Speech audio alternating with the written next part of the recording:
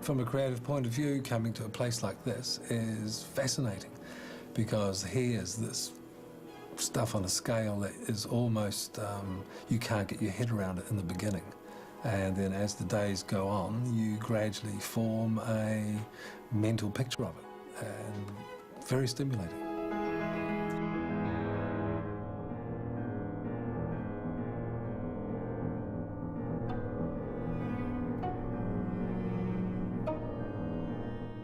So the thing that strikes me about it underneath the scale is that the scale represents the effort and energy of people.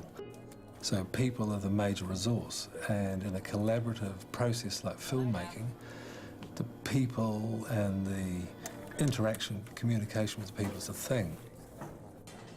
Once you've got that in place, I think the possibilities are enormous.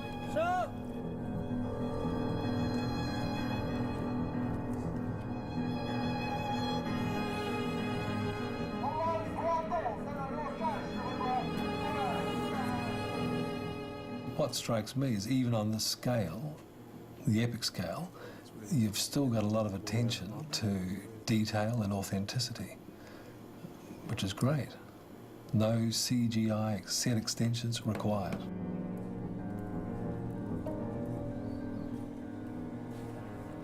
In The Mummy 3, which we shot part of at Hengdian Studios, there was very little visual effects that we had to do in terms of changing the look of the place. So there was actually no green screen involved. We did some roto where she rides through the gate, to go out into the desert.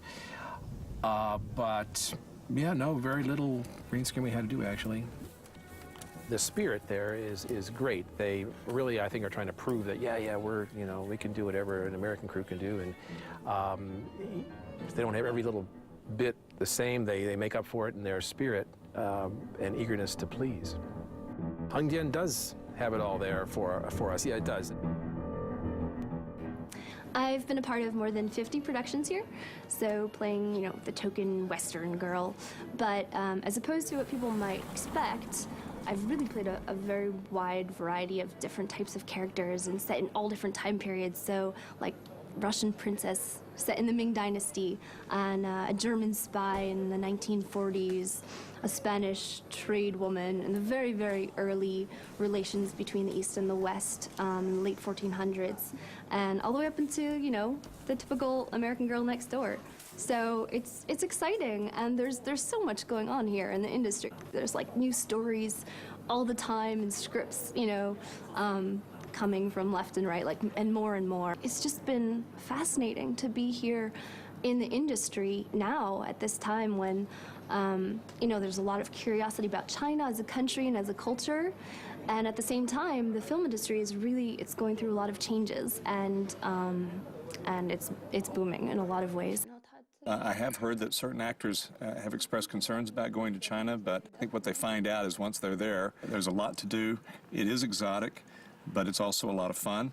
We found that markets in Hangzhou and Shanghai had lots of Western foods, which isn't so far from Hengdian, and if we had to, we'd make a run to pick up some Western food that was needed by anyone particular.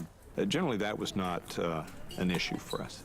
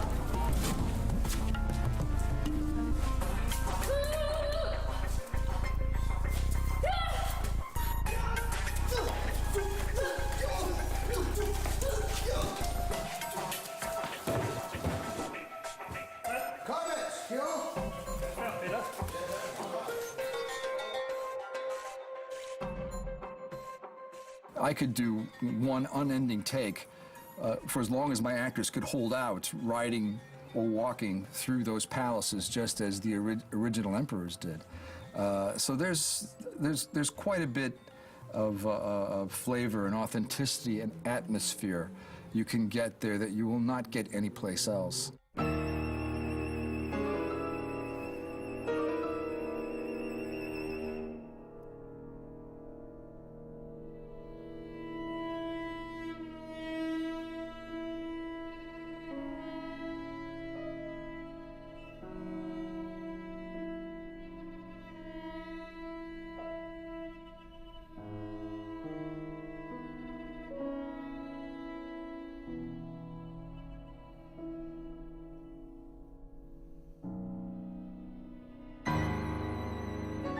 Yes, when I first came to Hengdian, they actually had sound stages then, pretty big ones as well. They've now started to build even more. So in terms of what they're planning to do here and what they're going to be able to do very soon, you know, they must be trebling, quadrupling in capacity every year. It's very impressive, the scale and the ambition. But the sound stages that I've seen them building now are obviously not just larger, but also better fitted out and equipped than the ones that were here 6, 7 years ago. Yeah. With China and the rest of the world, maybe Asia and the rest of the world in general, there are different working styles with crews, and I, as a bilingual production manager, line producer, I'm kind of in the middle of that. But the speed with which Chinese crews are learning and becoming more international is very, very impressive. On the Dragon Pearl, we built several large sets, and we're really pleased with the quality of construction. We had lots of sculpture artists who came from neighboring villages who I think normally work in wood, were working in styrofoam, and in our case, and did a terrific job. They proved to me that beyond doing historical epics, that there's room to be fanciful in Hengdian. They are expert craftsmen. They're stage builders. I mean, they'll build you a stage as well as a set. You can combine those styles and make something completely different with the craftsmen they have available. So it brings set construction back into contemporary cutting-edge filmmaking, and combining that with the nice paint box CGI does give us, I think is going to open the way for new, more organic, realistic-looking films from those eras.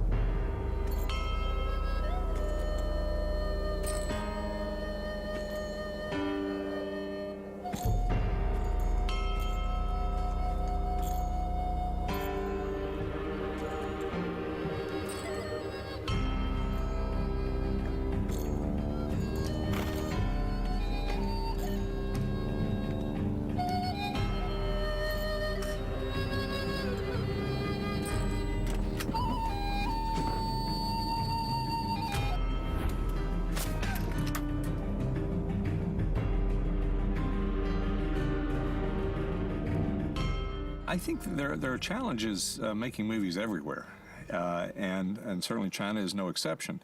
But Hengdian is really geared towards servicing the film community. When I was filming there with Dragon Pearl, I think there were 35 or 38 other productions filming there at the same time.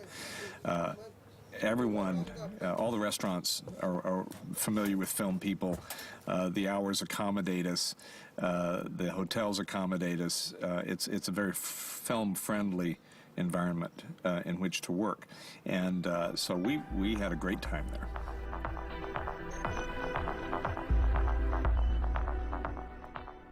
Entertainment in Hengdian is something to consider.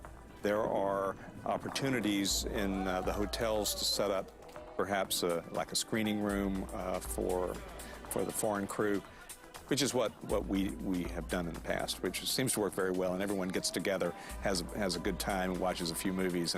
But there is also a lot to do in and around Hengdian.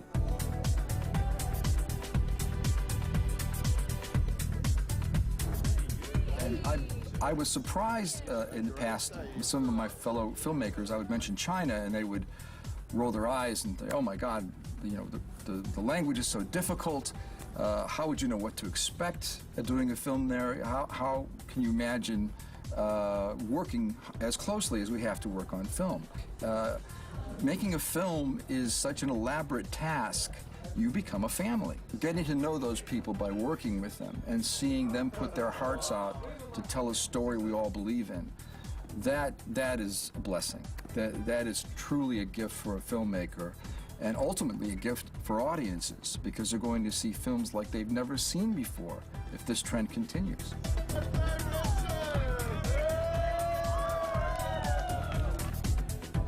I would say come. I would say I don't think there's anywhere in the world with the scale and size of these amazing sets that they have here.